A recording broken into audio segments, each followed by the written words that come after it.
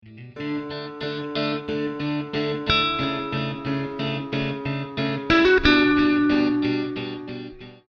everyone, welcome back to my channel. In today's video we are going to be doing an Easter card. This happens to be the Easter card I will give to my kiddos this year. My biggins, my littles won't know. So the first thing I have there is that Cricut mat that I cut down that I usually use to stencil on. I have two A2 size panels of just plain white cardstock. I made some cream 5x5 square card bases out of some Paper Studio cardstock. And then I have this die set. This is the Spellbinders Kaleidescope Cross. Sorry about that, we had to pause. We are potty training our 2-year-old and it has been quite the adventure, and she of course decided to wake up during the voiceover. Anyway, so that was the Spellbinders Kaleidescope Cross, and I just cut that out of scrap pieces of cardstock using my little Sizzix sidekick. Then I showed you the Simon Says Stamp Happy Easter stamp set. I'm just using a sentiment from there. And then I showed you the Simon Says Stamp Poppy Field stencil. I show you lemonade Simon Says Stamp ink, but I don't end up using that today. I just stick with, there was fairway, celery, cheeky, bubblegum, and lilac. So one of the things that I showed in a previous haul video was these Simon Says Stamp micro dot sheets. I have found that I am less likely to use intricate dies if I have to apply liquid adhesive. And the spray adhesive I have, I'm not very happy with, so I wanted to give these a try. And all I did was I put all of the dies on top of these micropore sheets, and I burnished it first with my fingers, just putting that backing paper back over it. But then I thought, I imagine my bone folder would work better. So I'm just burnishing over that with my bone folder, trying to get that to adhere really, really well. Then I went through and I ended up stacking them on there. I left them on that sticky sheet just because I figured that would be a little bit easier to keep track of them and I wouldn't have to chase them around. Clearly we are having another fit downstairs, so sorry about that if you can hear that on the video. Once I had them all stacked together, I did take them and put them onto the more solid or less intricate, I guess you could say layering die. And I chose to cut this all out of white. I just think that's really pretty and really subtle, but you could definitely use specialty cardstocks. Gold would be beautiful. Purples, since it's Easter. Lots of choices, but I chose to keep it all white. Here I have that Simon Says Stamp Poppy Field stencil, and the centers of it are included in the greenery. Normally poppies have a very black center, and the flowers are typically red is what you see.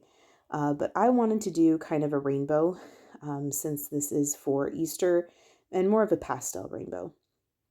So the first thing I did is I took the celery, I believe is the lighter color. And at first I was trying to avoid the flower centers, but I was like, you know, I'm going to make those a dark green anyway, so it doesn't matter. So I decided to quit trying to avoid those. And I'm just using my my ink blending brushes that I purchased off to Amazon.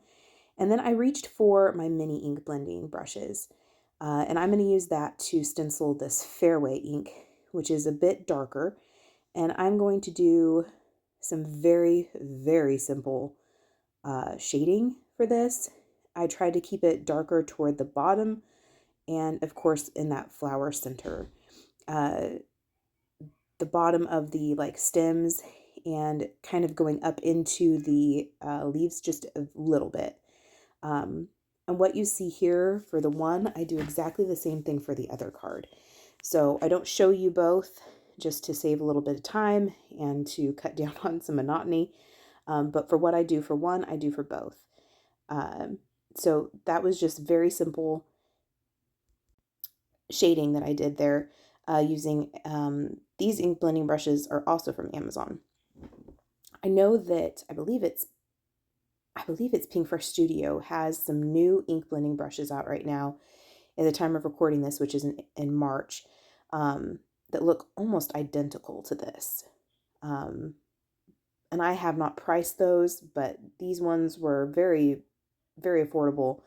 I think it was $20 for a stand, the stand, and like 7 or 8 ink blending brushes. 1, 2, 3, 4, 5, 6, 7, 8, 9, 8 or between 8 and 10 brushes. So super, super affordable. So now we're moving on to the flowers. What I like about the stencil is that some of the petals overlap one another. So you're naturally going to get darker and lighter areas just because they overlap.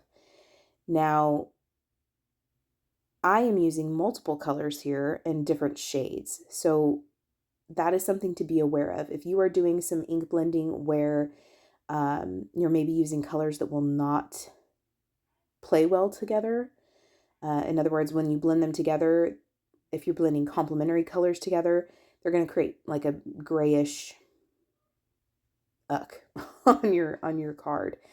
So that's something to keep in mind. Also something to keep in mind with the stencil is that very center flower, its petals overlap the stem. So again, green, its complement is purple. So you run the risk of making brown and like a grayish color. But I was doing some very, very light ink blending here. Like I said, I wanted a more pastel rainbow. And so I wasn't too worried about it, and it turns out just fine in the end. So we did Cheeky. This is the second stencil. These are not numbered, but they're pretty simple to follow along with. So we did Cheeky. This is bubblegum, and the final color we will do will be lilac. Like I said, green's complement is actually purple, and so, or I think it's purple. Oh man, don't quote me on that now. Now I'm getting myself confused. So anyway, you do run the risk of making like a muddy color. So just be cautious of that. Be aware of that.